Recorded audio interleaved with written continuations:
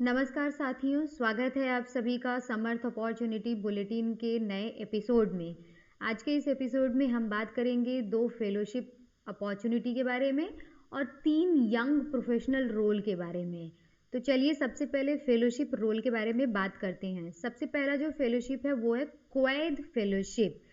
जो क्वैद फेलोशिप है ये government of Australia, India, Japan और यूएस का एक ज्वाइंट इनिशिएटिव है।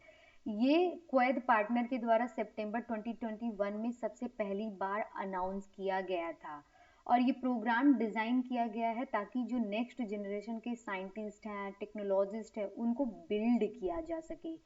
क्वैद fellowship different non governmental task force like academic, policy, private sector leader, different Quad countries के, तो उनके कंसल्टेशन से इस फेलोशिप को ऑपरेट किया जा रहा है। अभी जो 2024 का फेलोशिप होगा वो इंस्टीट्यूट ऑफ इंटरनेशनल एजुकेशन है, उसके द्वारा एडमिनिस्टर किया जा रहा है। और ये जो इंस्टीट्यूट है वो global not for profit organisation है जो इन पूरे वर्ल्ड के जो बेस्ट प्रेस्टिजियस स्कॉलरशिप और फेलोशिप प्रोग्राम है उनको मैनेज करता है। इस फेलोशिप प्रोग्राम में जो भी एक्सेप्शनल मास्टर्स या डॉक्टरल स्टूडेंट हैं स्टीम के फील्ड में, उनको स्पॉन्सरशिप दिया जाएगा। आगे चल के हम बात करते हैं कि प्रोग्राम के बेनिफिट क्या क्या होंगे। इस प्रोग्राम में टिपिकली 3 तरीके के बेनिफिट देखने को मिलते हैं। एक फाइनेंशियल बेनिफिट जिसमें हर एक जो क्वैद फेलो होगा उसको वन टाइम स्टाइपेंड मिलेगा अराउंड $40,000, ताकि वो उनके जो भी एकेडमिक एक्सपेंसेस है उसमें वो हेल्प मिले। सेकंड, प्रोग्रामिंग के फील्ड में हेल्प मिलेगा, डिफरेंट नेटवर्किंग अपॉर्चुनिटीज मिलेगी बहुत सारे अकम्प्लिश्ड पर्सन्स के साथ, और एक एल्यूमिनी का उनको हेल्प मिलेगा किसी सीनियर फेलो के थ्रू, ताकि वो अपना नेटवर्किंग और जो भी आगे रिसर्च जैसे चीज़ों पे, सोशल इम्पैक्ट जैसी चीज़ों पे काम करना चाहते हैं तो उसमें उनको हेल्प मिलेगा। अब एलिजिबिलिटी क्राइटेरिया, तो कोई भी कैंडिडेट उनका 18 ईयर ऑफ एज होना चाहिए, लीगल परमानेंट होना चाहिए किसी भी एक क्वैद कंट्री से, लाइक ऑस्ट्रेलिया, इंडिया, जापान या फिर यूएस से, या फिर अदर जो 10 एशियन कंट्रीज हैं उनमें से किसी भी कंट्री का लीगल परमानेंट रेसिडेंट होना चाहिए, बैचलर डिग्री हो या फिर उसके इक्विवेलेंट डिग्री होनी चाहिए स्टीम में, और डिमॉन्स्ट्रेटेड रिकॉर्ड होना चाहिए एकेडमिक में उनका जो भी उनके अचीवमेंट रहे हैं अंडर ग्रेजुएट लेवल पे। और जो एप्लीकेशन का डेडलाइन है वो 1 अप्रैल 2024 इसका डेडलाइन है। तो अगर कोई कैंडिडेट को इस अपॉर्चुनिटी में इंटरेस्ट है, स्टीम के फील्ड में वो अपना करियर एक्सप्लोर करना चाहते हैं, तो वो इसमें अप्लाई कर सकते हैं। अगली फेलोशिप जिस पे हम बात करेंगे वो है Dainik Bhaskar Ramesh Chandra Agarwal journalism fellowship programme. ये फेलोशिप जो है वो 12 मंथ का प्रोग्राम है और इसका लोकेशन जो होने वाला है वो भोपाल होने वाला है। अब इसमें जो फेलो है उनको क्या करना है, बेसिकली जो फेलो होगा उसको 12 मंथ का एक लर्निंग एक्सपीरियंस मिलेगा दैनिक भास्कर में काम करने का, जिसमें उसके मल्टीपल न्यूज़ रूम में मल्टीपल जर्नलिस्ट के साथ काम करने का मौका मिलेगा, जहाँ पे उन्हें हाई क्वालिटी कंटेंट कैसे डिलीवर करना होता है, कैसे कंटेंट क्रिएट करना होता है थ्रू डिफरेंट मीडिया के प्लेटफॉर्म, इस पे उनको काम करने का मौका मिलेगा। साथ ही वो अपने स्किल्स, डेटा ड्रिवन जर्नलिज्म और मल्टीमीडिया स्टोरी टेलिंग के फील्ड में वो अपने स्किल भी डेवलप कर सकेंगे। अब एलिजिबिलिटी क्राइटेरिया क्या होनी चाहिए, तो सबसे पहले कैंडिडेट में न्यूज़ और करंट इवेंट्स जो होते हैं उसके बारे में डीप पैशन होना चाहिए, इंटरेस्ट होना चाहिए, मतलब एक काइंड ऑफ भूख होनी चाहिए। ऑलरेडी प्रीवियस कोई उसने अपना शो कोई किया हो जर्नलिज्म से रिलेटेड वर्क, लाइक कोई ब्लॉगिंग वॉगिंग लिखा हो या कोई न्यूज़पेपर किया हो या फिर कंटेंट क्रिएशन किसी तरीके का किया हो। फिर be creative for creating stories, और ओपन माइंडेड हो, फ्लेक्सिबल हो नई चीज़ों को सीखने में, बेसिक्स जो होते हैं नंबर या कंटेंट एनालिटिक्स और डेटा टूल की उनकी बेसिक अंडरस्टैंडिंग होनी चाहिए। ग्रेजुएट और post graduate degree journalism, communication या मास स्टडीज़ और लैंग्वेज स्टडीज़ में हो। हिंदी में बोलने, लिखने और पढ़ने का फ्लुएंटी रिक्वायर्ड है, और एज जो है वो 70 ईयर्स या उससे कम हो। अब इस प्रोग्राम के द्वारा क्या ऑफर होगा कैंडिडेट को, तो एक best in class learning opportunity मिलेगी, जहाँ पे जो कैंडिडेट है वो अपना जर्नलिज्म के फील्ड में अपना फाउंडेशन स्ट्रॉन्ग कर पाएंगे। हैंड ऑन रिसर्च और राइटिंग एक्सपीरियंस मिलेगा, डिफरेंट सीनियर्स के द्वारा लीड किया गया सेशंस मिलेगा, मेंटरिंग मिलेगी, फुल टाइम पोजीशन ऑफर होने के भी चांसेस है, और कॉम्पिटिटिव स्टाइपेंड जो है 25,000 पर मंथ का वो ऑफर होगा। एप्लीकेशन का डेडलाइन जो है वो 15 अप्रैल है। तो कोई कैंडिडेट अगर जर्नलिज्म के फील्ड में एक्सप्लोर करना चाहते हैं और इस तरीके के रोल देख रहे हैं तो वो डेफिनेटली इसमें अप्लाई कर सकते हैं।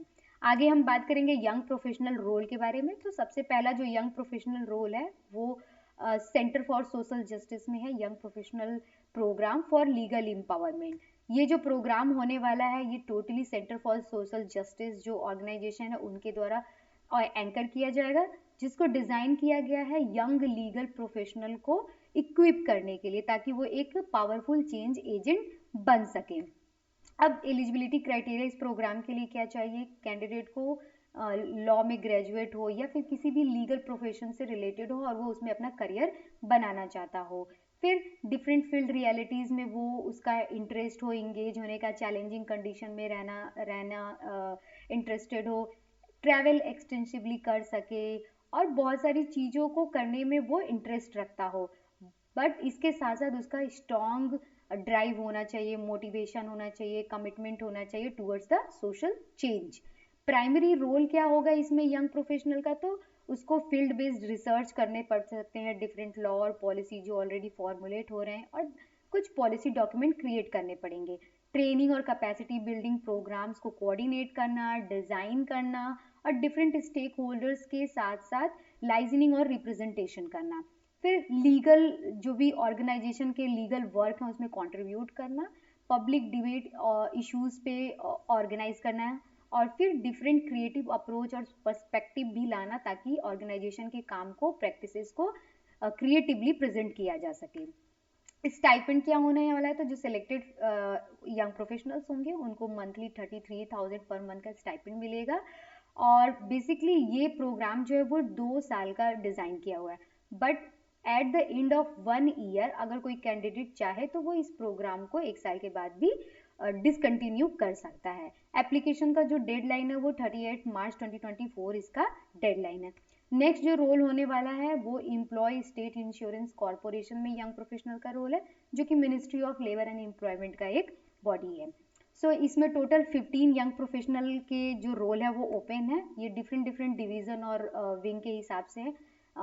कुछ information and technology, medical division and medical services, for finance division, planning and development division, revenue division, legal division. तो इस तरीके से करके टोटल 15 डिवीजन के लिए 15 different different positions young professional के ओपन हैं। अब इसमें जो भी रिलीवेंट डिवीजन होगा उस डिवीजन से related minimum experience 1 year required है। अपर एज लिमिट जो होगा वो 32 ईयर का होगा, और जो मंथली सैलरी या रेन्यूमरेशन मिलेगा वो 70,000 पर मंथ होगा। कॉन्ट्रैक्ट जो होने वाला है इस रोल का वो 2 ईयर तक का कॉन्ट्रैक्ट होगा। डेडलाइन जो है वो इस एप्लीकेशन का 3 अप्रैल 2024 इसका डेडलाइन है। नेक्स्ट जो रोल होने वाला है वो national institute of fashion technology में यंग प्रोफेशनल का रोल है। अब इस प्रोग्राम में जो यंग प्रोफेशनल का काम है वो totally national institute of fashion technology के पूरे प्लेसमेंट डिपार्टमेंट को स्ट्रेंथन करने के साथ साथ इंडस्ट्री के साथ जो भी लिंकेज बनाना है उसको स्ट्रॉन्ग करना है। अब इसमें जो रोल रिस्पॉन्सिबिलिटी होगी यंग प्रोफेशनल की, उसको डिफरेंट इंडस्ट्री इंस्टीट्यूट के साथ कॉन्टैक्ट क्रिएट करना होगा। एग्जिस्टिंग जो इंडस्ट्रीज हैं उनका बेस और भी नर्चर करना है, उसको एक्सपेंड करना है, प्लेसमेंट सेल सेटअप करना है, रिक्रूटमेंट प्रोसेस फैसिलिटेट करना है, डिफरेंट रेपुटेटेड ऑर्गेनाइजेशंस को के साथ इंटरेक्ट करना है, कैंपस प्लेसमेंट के लिए सैलरी निगोशिएट पर बात करनी है, और फिर जो स्टूडेंट्स हैं उनके नीड को समझना है, उनकी नीड के बेसिस पे करियर काउंसलिंग उनकी करनी है, उनके लिए ट्रेनिंग वर्कशॉप्स डिज़ाइन करना है, कंडक्ट करना है, और इंटर्नशिप, इंडस्ट्री विजिट जैसे चीज़ों पे फैसिलिटेट करना है। एलिजिबिलिटी क्राइटेरिया इसके लिए जो होने वाली है वो कैंडिडेट को बीबीए, एमबीए या फिर मास्टर या बैचलर डिग्री मैनेजमेंट में हो किसी भी रेपुटेटेड ऑर्गेनाइजेशन या इंस्टीट्यूट से। एज लिमिट जो मैक्सिमम है वो 30 ईयर से ज़्यादा नहीं होनी चाहिए। कैंडिडेट को रिलीवेंट वर्क एक्सपीरियंस अगर है तो प्लस एडवांटेज है उनके लिए। माइक्रोसॉफ्ट ऑफिस में प्रोफिशिएंटी और different analytical tool like SPSS, R, power में उनको स्किल्स रिक्वायर्ड है। कम्युनिकेशन जो है वो एक्सेप्शनल कम्युनिकेशन, रिटन और वर्बल रिक्वायर्ड है। यहाँ पे मल्टीटास्कर होना चाहिए, रेडी टू ट्रैवल करना पड़ सकता है, और सेटअप प्लेसमेंट सेल करने में उसको इंटरेस्ट हो या कोई एक्सपीरियंस हो। साथ में गुड निगोशिएशन स्किल भी रिक्वायर्ड है, क्योंकि जो कैंडिडेट होने वाला है उसको बहुत सारे इंडस्ट्रीज के साथ पार्टनरशिप करना पड़ेगा, निगोशिएशन करना पड़ेगा, तो ये बहुत ही इंपॉर्टेंट स्किल इस पोजीशन के लिए है। अब जो यंग प्रोफेशनल होगा उसको मंथली 65 से 75,000 तक का सैलरी मिल सकता है बेस्ड ऑन एक्सपीरियंस, और कुछ टीए भी इसमें मिलने के चांसेस हैं, और 1,000 पर मंथ तक का रिम्बर्समेंट भी है इसमें। अब इसका जो डेडलाइन है वो 29 मार्च इसका डेडलाइन है, तो जिसको भी इस पोजीशन में इंटरेस्ट है वो इसमें डेफिनेटली अप्लाई कर सकते हैं। धन्यवाद आप सभी का हमारे आज के इस बुलेटिन में साथ देने के लिए और ध्यान से सुनने के लिए। अगर इनमें से किसी भी अपॉर्चुनिटी के बारे में आपको कोई इंटरेस्ट है, सवाल जवाब है, तो आप हमें हमारे कमेंट सेक्शन में हमसे पूछ सकते हैं। इसके अलावा अगर आप फ्यूचर समर्थ इनिशिएटिव से जुड़ना चाहते हैं तो हमें हमारे सोशल मीडिया पेज पे सर्व संधि फाउंडेशन के नाम से हमें फॉलो भी कर सकते हैं। धन्यवाद।